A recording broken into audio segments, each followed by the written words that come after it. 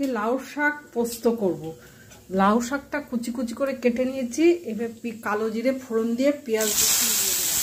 এই যে সাদা সাদাগুলো রসুন, এতে একটু নুন দিয়েছি নরম করার জন্য পেঁয়াজটা, আর একটু তেল দিতে হবে।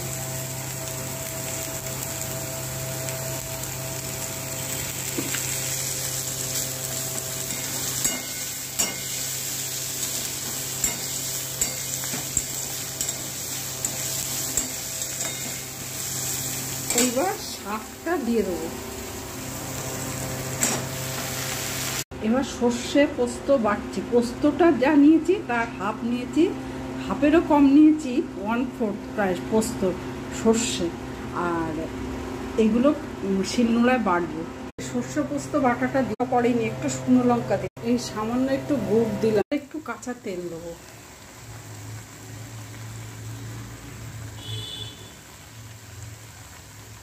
লাউ শাক পোস্ত সর্ষে দিয়ে চচ্চড়ি হয়ে